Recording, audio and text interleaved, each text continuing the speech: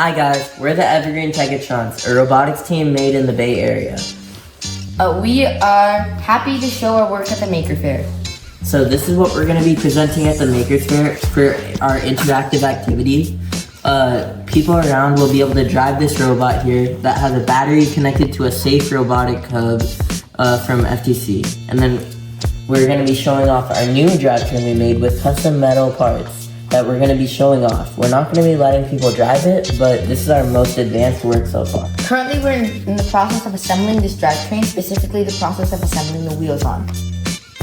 This is our robot from last season. It consists of 2 claws, and we hope to improve it further in our next season.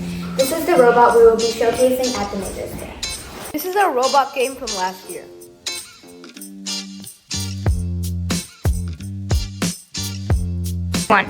And this is the rest of the Evergreen Tech-a-Trons team.